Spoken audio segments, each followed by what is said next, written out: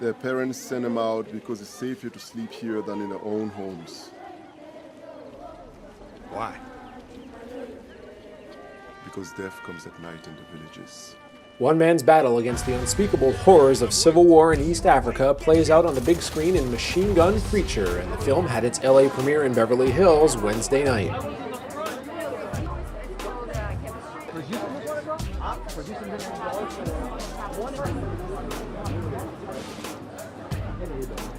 The film tells the real-life story of Sam Childers, a drug-dealing, tough-as-nails biker gang member until he found religion, shed his criminal past, and devoted his life to the rather risky practice of rescuing hundreds of kidnapped and orphaned children caught up in the middle of Sudan's bloody conflict, not the least of which included building an orphanage smack dab in the middle of one of the most hostile territories. Gerard Butler plays Childers, and prior to filming, spent a year researching the man and his seemingly impossible mission to save as many people caught in the crossfire as he could. I can save some children, John, okay? Do you understand that? I do, but I'm okay, telling you... but nothing! This guy, he doesn't get much crazier than this. And the more I got involved with him, the more I spent time with him, the more I learned about his story. You're going, really? Did this really? You know, you don't get much more courage or insanity than you do with Sam Childers, because the more you learn about this situation, you realize it is the most dangerous situation there is when you're down there and in the middle of it, and he just went right in there. One of the biggest challenges Butler faced was making sure his portrayal lived up to the real deal, and with the real-life Childers always on set during filming, the pressure was indeed on, but co-star Suleiman de Sevan says Butler's portrayal was spot on. It was a lot of truth in what Gerard did. And also having met Sam and spoken to Sam, and you're probably going to see him now, Gerard did an unbelievable job. And as an actor, I can tell you, it's sometimes harder to depict someone like from real life than just going from, I would say, more of a fictional character. And he just nailed it, to speak in plain English, he nailed it.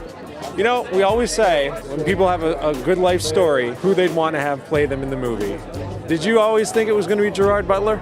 Well, after I seen the movie, I wouldn't want anybody but Gerard Butler. He done an excellent job. Very good job. So this? Yes.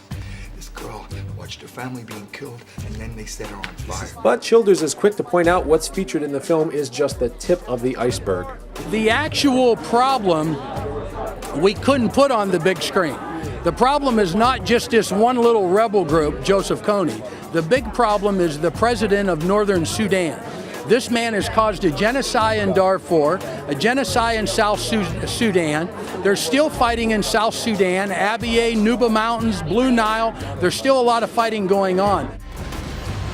And while it might not be the most light-hearted form of escapism in theaters, many on the red carpet agree that the film should bring some much-needed attention to a very troubled part of the world right now, despite the many issues currently happening here on the home front. You know what, there's a lot going on in our own backyards. You know, we're in a country that's in recession right now. It's hard to be focused on world events when a lot of families are suffering about putting food on the table and people are losing jobs. We have a big unemployment. The reality is this is on a different level. So, you know, if it takes making a movie for people to kind of grasp or kind of understand what's going on the other side of the world, that's okay. You can't preach to people and be upset with them that they don't know exactly what's going on. Nobody does.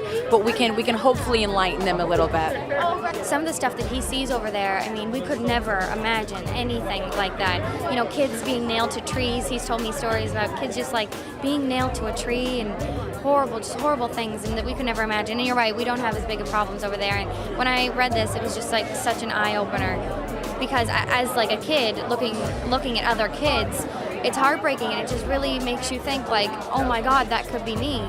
It says what it is. We are human beings. Even though we're Americans, we're always expected to know everything. And I do believe that we're very overwhelmed already as it is with our lives, with our country, with our society, our politics, our culture. But if anything, I feel like a movie like this, I really hope that it continues to encourage us to always keep looking, besides what we see on television, besides what we read in our press, but to always keep inquiring, because no matter how bad your things might be on your side of the pond, there's always somebody else who's having a harder day. As negative as the situation in Sudan appears on screen, Machine Gun Preacher is at its heart a film about redemption and hope. something Butler says audiences can connect with and something Childers says can inspire one to bring about change. I've seen all the women from The View. I've never seen people respond with such heart and loved it.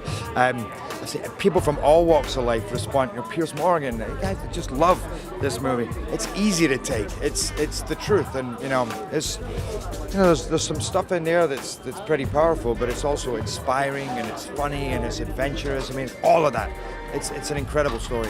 I would have to say to everybody out there, don't think about what you have ever done in the past, because that can hold us back. Think about what you can do in the future if you can stop your addiction or just start living a good life. Mainly, try to help somebody else and not yourself. Machine Gun Preacher opens this Friday in New York and Los Angeles with a wider release planned in November. In Beverly Hills, Scott Edwards, CBSNews.com.